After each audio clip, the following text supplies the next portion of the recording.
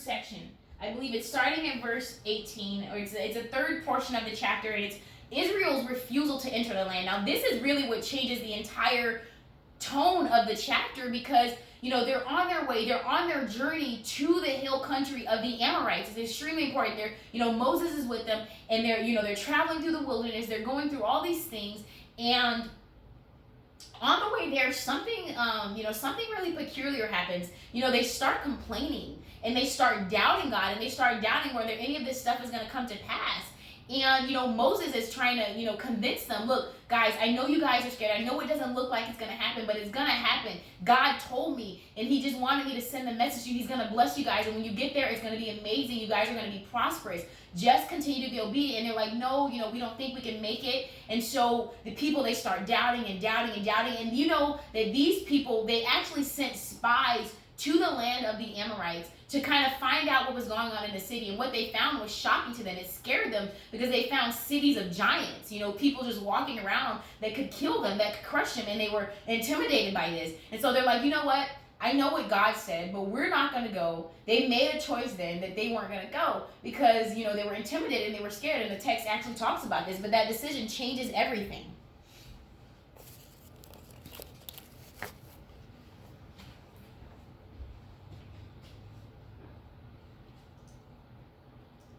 So the text, starting at verse 19, says, "Then we set out from Horeb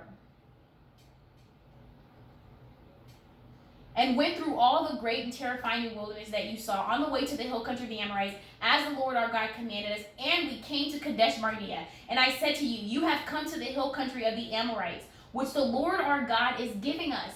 See, the Lord your God has set the land before you. Go up, take possession as the Lord, the God of your fathers, has told you. Do not fear or be dismayed." Moses is telling them, why are you guys scared? Don't be scared. This is God promising. This is the moment that you've been waiting for. This is what it's all been leading to. Why are you afraid? And then then all of you came near me and said, "Let us send men before us." This is why I was telling you guys about the spies, that they may explore the land for us and bring us word again of the way by which we must go and the cities into which we shall come. The thing seemed good to me, and I took 12 men from you, 1 man from each tribe. Okay, and then I don't need to go further, because like I said, you guys all know what happened. They sent the spies there, and it was a mess, because the spies, what they found was, like I said, cities of giants, people that they thought would that could murder, that would kill them. And what happens in that fourth and final section is the thing that changes their destiny forever, because God makes a choice. And what happens is, because of their disobedience, their refusal to enter the land, God actually takes his hand of protection off of the Israelites. Yes, God can do that. He took his hand of protection off. He says, look, not only am I no longer going to protect you guys, but I am not going to, my grace is no longer there because of your disobedience. And he says, look, you guys, this is ridiculous. I told you guys what to do. All you guys had to do was go there and take possession of the land. So he says, you know what? You guys have a lot that you need to learn. I want you guys to go back to the wilderness, toward the Red Sea, and I want you guys to go on out there for about 40 more years and see how that feels. You guys have some training to do, because you got to your big moment, and then you spazzed out, and God is like, no, this was your moment. And it was terrible. It was really sad. And then God says, and then what happens is they get angry. They get angry at God, and they're like, you know what? Well, we're gonna go to war. And God says, okay, go, and then let me know how that works for you. And they go up there. They think that they're ready to fight. And when they get up there, these people are, completely, blown out of the water, because these guys, everything that they feared happens. They're attacked.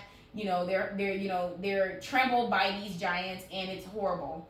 And, that's really a testament. That's a testimony. And I'm going to share that, and then I'm going to share a little bit more about what I think about that.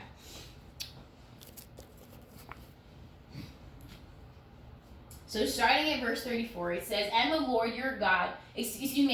heard your words and was angered, and he swore, not one of these men of this evil generation shall see the good land that I swore to give you, your fathers. He's angry, because he's saying, look, all you guys had to do was be obedient. So not only are you not going to get it, but I'm going to give the land to someone else. He says, except Caleb, the son of Jephunneh. He shall see it, and to him and to his children I will give the land on which he has trodden, because he has wholly followed the Lord. Even with me the Lord was angry on your account, and said, you also shall not go in there. Joshua, the son of Nun, who stands before you, he shall enter.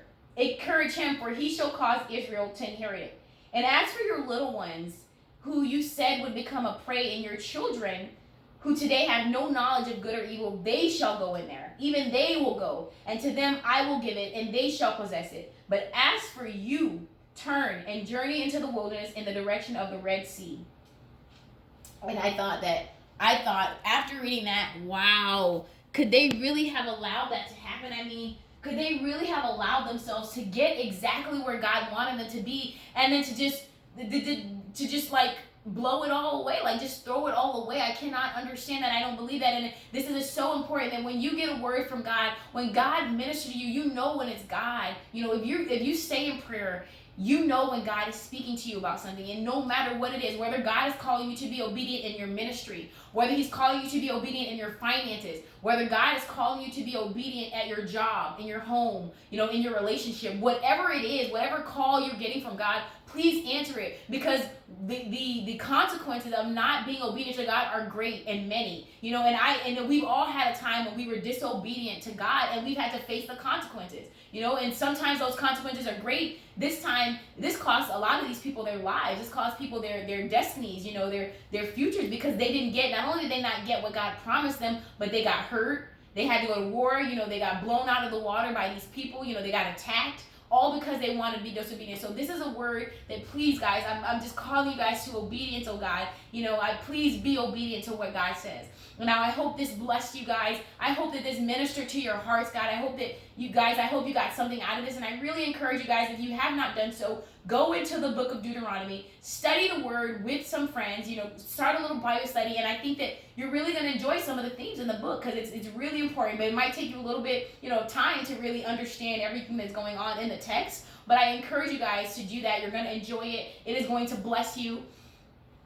Thank you guys so much for watching today. Thank you guys. This has been another broadcast of Finding My Faith. I'm Brianna Campbell. We'll see you next week.